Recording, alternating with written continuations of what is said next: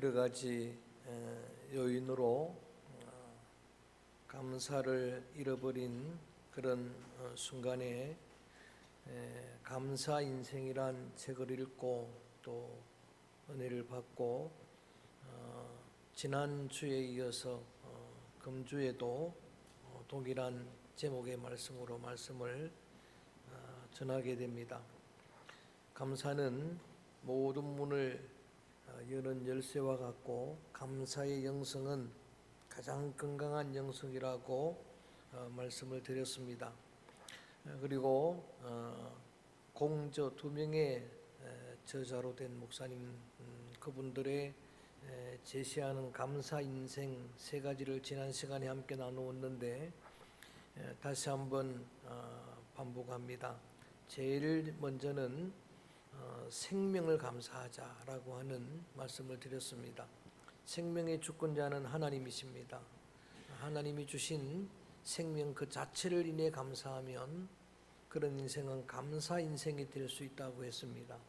살아있는 한, 호흡이 있는 한 하나님을 감사할 수 있을 것이고, 더 나아가서 우리에게 영원한 영생의 구원을 주신 하나님이 여러분의 감사의 대상이 되시기를 주의 이름으로 권면합니다.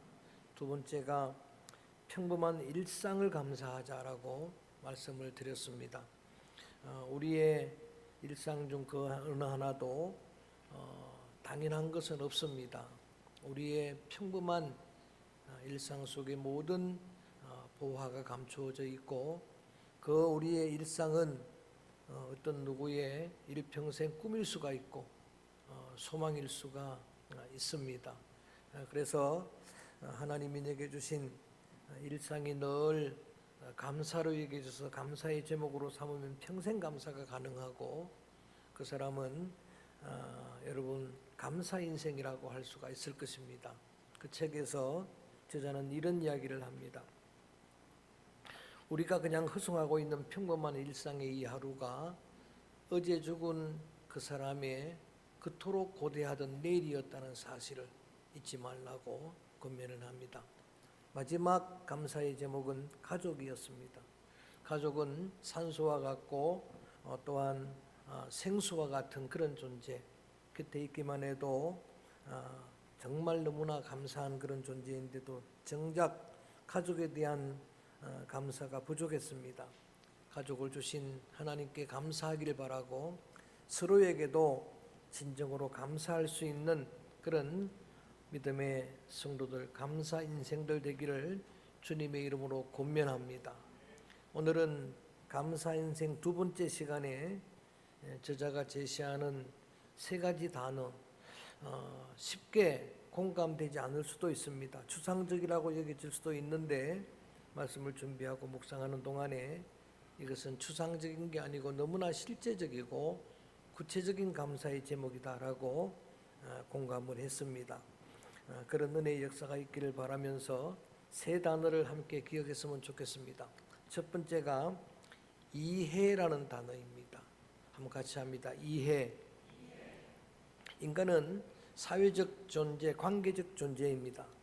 많은 사람들과 관계를 맺고 살아가는 그런 존재인데, 우리가 맺고 살아가는 관계 속에서 겪는 가장 큰 갈등의 요인이 갈등의 요인이 바로 오해에서 오는 겁니다. 이해의 반대가 오해입니다. 자기중심적인 사람들은 쉽게 다른 사람을 오해합니다. 그렇지만 반대로 이타적인 사람들, 상대방 입장에서 서서 그 사람을 생각하는 사람들은 그 사람을 이해합니다. understand라고 하는 영어 단어도 그 사람 입장에서 본다는 이야기, 그 사람 밑에서 본다라고 하는 이야기입니다. 오해는 불신을 낳고 이해는 신뢰를 낳습니다. 오해는 벽을 만들어내지만 이해는 소통의 문을 만들어 줍니다. 그래서 사랑한다는 고백, 그것만큼 위력을 지닌 것이 내가 당신을 이해합니다 라는 그런 고백입니다. 우리 한번 옆에 분들한테 위력이 힘이 되도록 한번 이렇게 고백해 보겠습니다. 내가 당신을 이해합니다. 시작. 사랑합니다라는 고백만큼의 위력이라고 저는 생각을 합니다. 하나님은 나를 이해하시는 나의 선한 목자가 되십니다. 우리는 연약한 양들인데 그 양들의 약함을 이해하시는 하나님이십니다. 여러분, 하나님은 하나님의 백성 자녀들의 여러분 그 약함을 아시고 이해하시는 하나님이십니다. 그래서 인간이 죄를 짓고 하나님이 두려워서 하나님의 낯을 피해 숨어 있을 때에 친히 찾아가셔서 그 약한 인생을 이해하시면서 일방적으로 가죽옷을 지어 입혀 주셨습니다. 천하의 다윗이 범죄를 합니다. 바세바를 취합니다. 충신 우리아를 죽입니다. 다윗이 그럴 수 있을까? 그럴 수 있습니다. 다윗은 연약한 인생입니다. 자신의 약함을 알고 하나님 앞에 전심으로 눈물로 참여할 때 하나님은 그 다윗을 위해 주십니다. 그 연약함을 아시고 용서해 주시고 그를 오고 오는 모든 왕들 중에 성군으로 삼아 주었습니다. 더 나아가서 그를 예수 그리스도의 조상으로 삼아 주셨습니다. 예수님도 제자들의 약함을 이해하신 분입니다. 아신 분입니다. 예수님께서 십자가를 앞두시고 겟세마네 동산에 올라서 기도하실 때 세 명의 제자들과 함께 동행을 합니다. 베드로, 요한, 야고보, 늘 중요한 시기에 함께 동행했던 그들을 향해서 이런 부탁을 합니다. 너희들이 나와 함께 좀 기도를 했으면 좋겠다. 나와 함께 깨어 있었으면 좋겠다라고 돌 던질 만큼 거리에서 홀로 기도를 하시다가 잠들어 있는 제자들을 향해 오셔서 또 깨우십니다. 깨어 있어 기도하라. 시험에 들지 않도록 기도하라. 그렇게 3번을 깨우시더니 이렇게 말씀하십니다. 너희가 잠시 동안도 깨어 있을 수 없더냐라고 책망하시는 것 같지만은 예수님은 이어서 이런 말씀을 하십니다. 따라합니다. 마음에는 원이로되 육신이 약하도다. 그들의 약한 육신을 이해하셨습니다. 예수님은 너희들이 눈이 피곤하구나. 피곤한 눈을 이해하셨습니다. 그리고서는 더 기도하라고 말씀하지 않습니다. 이제는 자고 쉬라고 말씀하십니다. 그리고 그 뒤에 내용이 여러분 기록되어 있지 않지만은 상상컨대 예수님은 그 제자들의 머리에 손을 얹고 친히 기도해 주셨을 것입니다. 성령님은 내 안에 내주하시면서 나를 이해하시는 그리스도의 영입니다. 내 깊은 곳까지 아시고 내 연약함을 아시고 이해하시는 성령님입니다. 그래서 조금 마음에 다가오지는 않든 쉽게 공감하지 않는 감사의 제목이지만 오늘은 전심으로 나의 연약함을 아시는 하나님, 나를 이해하시는 하나님에게 감사할 수 있는 감사의 인생들 되어지기를 주의 이름으로 권면합니다. 그리고 오늘 저는 본문 말씀을 산상수훈 예수님의 이 황금과 같은 말씀, 소위 골든룰이라고 하는 마태복음 7장 12절을 함께 읽었습니다. 같이 한번 읽어봅니다. 시작. 그러므로 무엇이든지 남에게 대접을 받고자 하는 대로 너희도 남을 대접하라. 이것이 율법이요 선지자니라. 예수님의 산상수훈은 계란의 노른자위와 같다라고 이야기합니다. 그 중에서도 가장 중요한 요소를 오늘 황금률, 골든룰이라고 하는 오늘 한 절 말씀입니다. 무엇이든지 남에게 대접을 받고자 하는 대로 너희도 남을 대접하라. 이것이 율법이고 선지자라고 말씀하십니다. 모든 성경을 하나로 여러분 축약을 하면은 바로 이 말씀이라고 하는 이야기입니다. 모든 율법과 선지자의 강령이 되는 그런 말씀이 대접을 받고자 하는 대로 남을 대접하라. 누가 나를 이해해 주는 것을 여러분들이 원한다고 하면은 여러분 그 같은 여러분 소원을 담고 또 다른 사람을 이해해 줄 수 있는 그런 믿음의 귀한 주님의 도구들 되기를 축복합니다. 그래서 누군가에게 여러분도 감사의 제목이 되어 있을 수 있기를 원합니다. 오늘 감사 인생 두 번째 시간에 첫 번째에 우리가 마음에 간직하고 감사해야 될 단어가 바로 이해라고 하는 단어입니다. 하나님은 나의 연약함을 아시고 이해하시는 하나님이시다라고 하는 의미입니다. 두 번째는 더 공감이 안 되는 단어를 저자는 제시합니다. 두 번째 단어가 한번 따라합니다. 고독. 어떻게 고독이 감사의 제목이 될까? 한참 동안 고민도 하고 또 깊이 묵상을 했습니다. 인간은 더불어 사는 존재입니다. 아담이 독처하는 것을 좋지 않게 보여서 지난번에도 말씀드렸듯이 창세기 천지 창조의 장면에 터보 다 좋았다라고 말씀을 하시는데 유일하게 한 가지 좋지 않은 게 홀로 독처하는 것이라고 말씀을 해주셨습니다. 그래서 돕는 배필 하와를 지어주셨고 그 모습을 보시고 심히 좋았다라고 말씀을 하셨는데, 그런데 제가 상처 입은 치유자라는 말씀을 드릴 때 그때에 소개했던 더 운디드 힐러, 상처 입은 치유자라고 하는 책을 썼던 저자 헨리 나우에는 의외로 자신의 최우선순위가 고독이라고 이야기해요. 나는 고독을 제일 중요하게 생각한다라고 주장을 합니다. 그 다음 순서가 커뮤니티, 공동체고 마지막이 사역, 사명이다. 우리가 볼 때는 거꾸로 같은데도 그는 고독이 정말 중요하다라고 말합니다. 신학자 폴 틸리는 외로움과 고독을 구분합니다. 외로움과 고독은 다른 것이라고 이야기합니다. 어떻게 구분하는가? 외로움은 홀로 있는 고통인데 고독은 홀로 있는 즐거움이라고 이야기를 합니다. 외로움은 고통스러운 거지만 고독은 즐거울 수 있다라고 이야기합니다. 외로움은 외부적인 요소입니다. 타인에 의해서, 환경에 의해서. 그리고 고독은 내적인 요소라고 설명을 합니다. 외로움은 수동적입니다. 누구에 의해서. 여러분, 그렇게 왕따를 당하니까 외롭습니다. 사람들한테 가스라이팅을 당하니까 외롭습니다. 수동적입니다만은 고독은 지극히 능동적이고 선택적인 외로움이다라고 설명을 합니다. 안용태라는 분이 유쾌한 고독이라는 책을 썼는데 거기에서 자신과의 좋은 관계를 위해서 선택적인 고독의 시간이 필요하다라고 주장합니다. 그렇게 자기가 선택한 고독은 유쾌한 고독, 필요한 고독이라고 주장합니다. 예를 들자면 야곱의 야복강은 정말 유쾌한 고독입니다. 야곱은 20년 만에 그렇게 자신을 향해 칼을 갈고 있었던 원수 형을 만나기 위해서 고향을 향해 돌아옵니다. 돌아오는 중에서 모든 가족들을, 모든 종들까지도 다 먼저 순서대로 보냅니다. 그리고서는 야복강에 홀로 남습니다. 그가 선택한 그 야복강은 정말 유쾌한 고독, 필요한 고독이라는 겁니다. 하나님과 1대1로 독대할 수 있는 그런 고독의 시간이 필요하다라고 강조합니다. 산상수훈에서 예수님도 이렇게 말씀을 하십니다. 골방에 들어가서 기도하라. 골방의 기도가 필요하다고 이야기합니다. 아무도 보지 않는 데서, 저 거리 여기에서도 하지 말고 성전에서도 하지 말고 골방에 들어가 문을 닫고 은밀한 중에 보시는 아버지께 기도하라.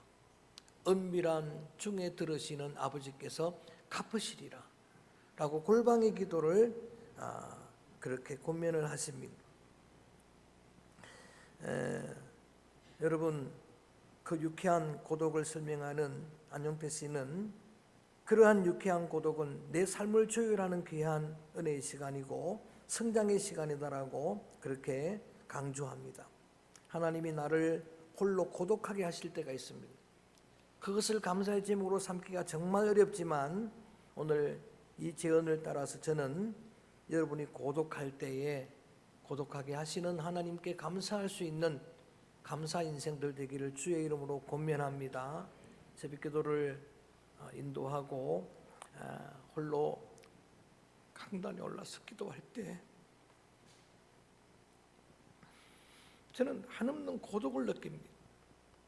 정말 우리의 주변에 많은 사람들이 있는 것 같아도 하나님 앞에서 혼자구나라는 생각을 할 때가 많습니다. 그 책을 읽기 전까지만 해도 저는 그게 외로움이었습니다.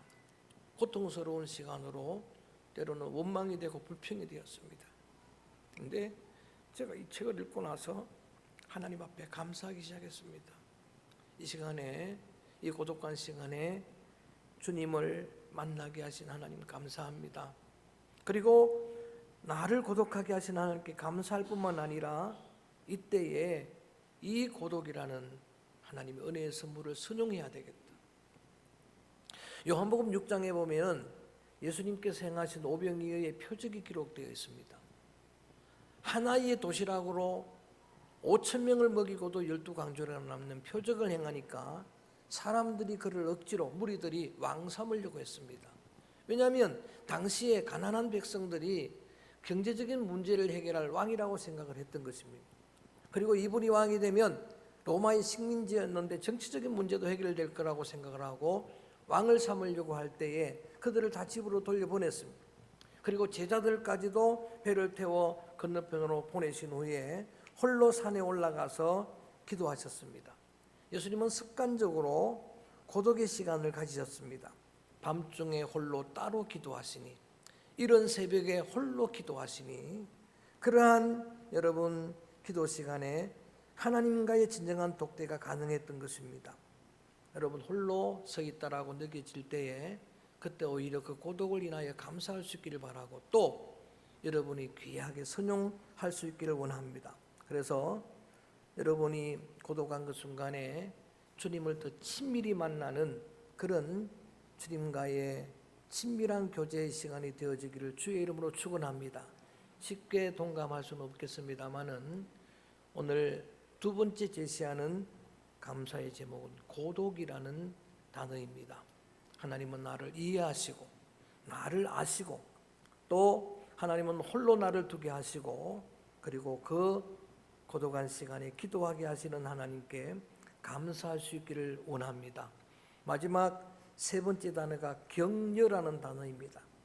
이 세 가지는 기도 제목이니까 꼭 마음에 새기고 여러분이 암송해 두고 또 기도 제목으로 삼기를 원하는데, 제일 처음에는 뭐라고요?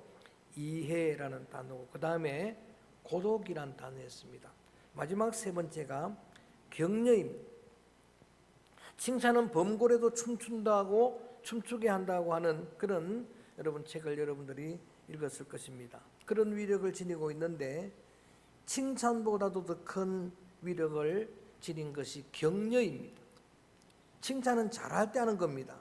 성공할 때 주어지는 것이지만 격려는 실패하고 넘어졌을 때 주어지는 그런 격려입니다.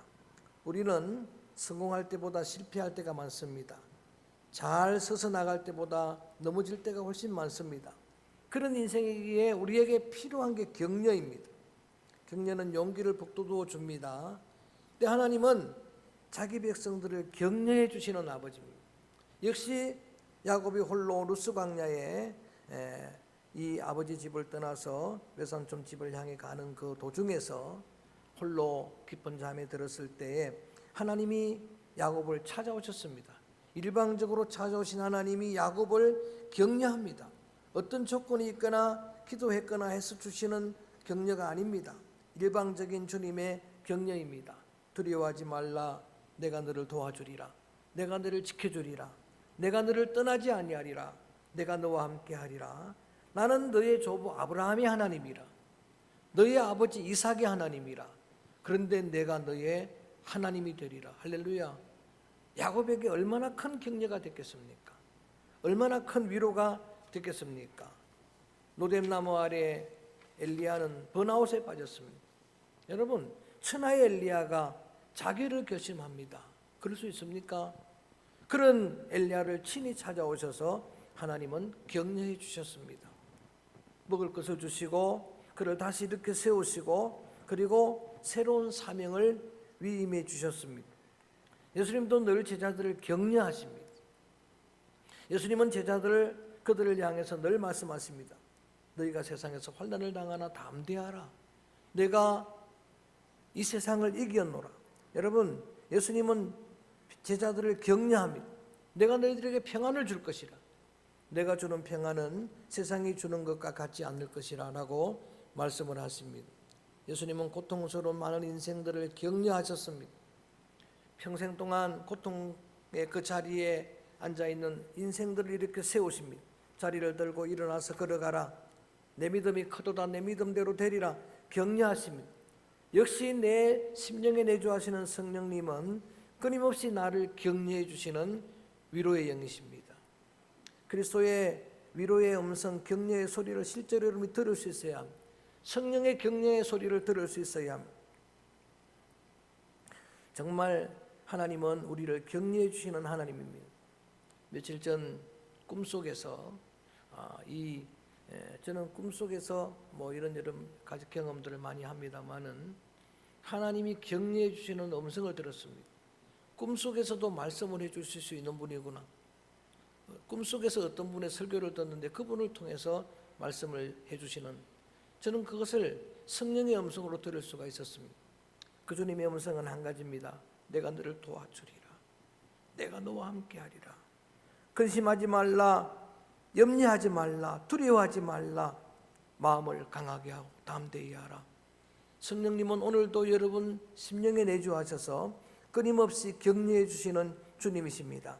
오늘의 말씀을 통해서도 성령의 격려의 음성을 듣게 되기를 주의 이름으로 축원합니다. 그리고 나를 격려하시는 그 하나님, 그의 격려가 감사의 제목이 되어야 됩니다. 하나님 나를 이렇게 오늘도 격려해 주시니 감사합니다. 실패한 나를, 여러분 그렇게 자학할 수 있는 나를 오늘도 격려해 주시는 주님이 바로 나의 주님이십니다. 세상 사람들은 뭐라고 말할지 모르지만 주님은 여전히 여러분 심령에서 말씀하십니다. 마음을 강하게 하라. 담대히 하라. 두려워 말라. 염려하지 말라. 내가 도와주리라. 여러분 주님의 격려가 감사의 제목될 뿐만 아니라 역시 오늘 골든 눌러주신 이 말씀처럼 그 격려가 여러분에게 큰 힘이 되고 그것을 원한다면 여러분들도 다른 많은 사람들을 격려할 수 있기를, 대접을 받고자 하는 대로 너희가 먼저 그 사람을 대접하라. 히브리서 10장 24절에는 이렇게 권면합니다. 따라합니다. 서로 돌아보아, 더 크게 서로 돌아보아 격려하라. 나뿐만 아니라 우리 주변의 공동체는 다 격려가 필요한 인생들입니다. 그래서 서로 하라라고 강조합니다. 그래서 나로 인해서 타인을 격려하고 실제로 여러분 스스로도 자신을 격려할 수 있기를 원합니다. 시편 시인은 자기의 영혼을 격려합니다. 자기의 속사람을 격려합니다. 내 영혼아, 내가 어찌하여 낭망하느냐? 너는 하나님만을 바라라. 자기의 심령을 향해서 명령을 합니다. 권면을 합니다. 그래서 타인도 격려하고 자신도 격려하고, 이러한 여러분 주님의 격려의 축복의 통로가 되어서 또 여러분도 누군가의 감사의 제목이 되기를 주의 이름으로 축복합니다. 연말을 감사 인생이란 제목으로 연이어 몇 주 동안 설교를 하려고 다짐하면서 제자가 소개하는 그러한 감사의 제목이 내 제목 되기를 원하고 여러분의 감사 제목이 되기를 원하는 마음으로 두 주간 계속해서 말씀을 전했는데, 오늘은 세 가지 단어입니다. 이해, 하나님은 나를 아시고 이해하시는 하나님이다. 우리 주님도 열악함을 아시는 주님, 그리고 고독, 때로는 홀로 하나님과 독대하기를 원하시는 그런 하나님, 나를 고독하게 세우시는, 홀로 두시는 그 시간에 그 하나님을 감사하고 순종하시기를 바라고 오히려 더 주님과 친밀히 결탁하게 되기를 축복하고, 마지막으로 오늘도 여전히 여러분을 격려하시는 주님의 격려의 음성을 듣고 격려의 주님을 감사할 뿐만 아니라 수많은 사람들을 세워서 격려하는 그 사람들에게도 감사를 표하고 서로가 여러분 격려할 수 있는 그런 믿음의 감사 인생들 되기를 주의 이름으로 축복합니다. 오늘은 그래서 이 찬양을 함께 부릅니다. 주님의 음성으로 듣기를 바라고 새해의 주제 찬양으로 1번째 선정이 된 찬양을 함께 하나님께 드리도록 하겠습니다. 두려워하지 말라라고 하는 이 찬양을 함께 드립니다. 주님의 음성으로 듣게 되기를 원합니다. 아무것도 두려워 말라.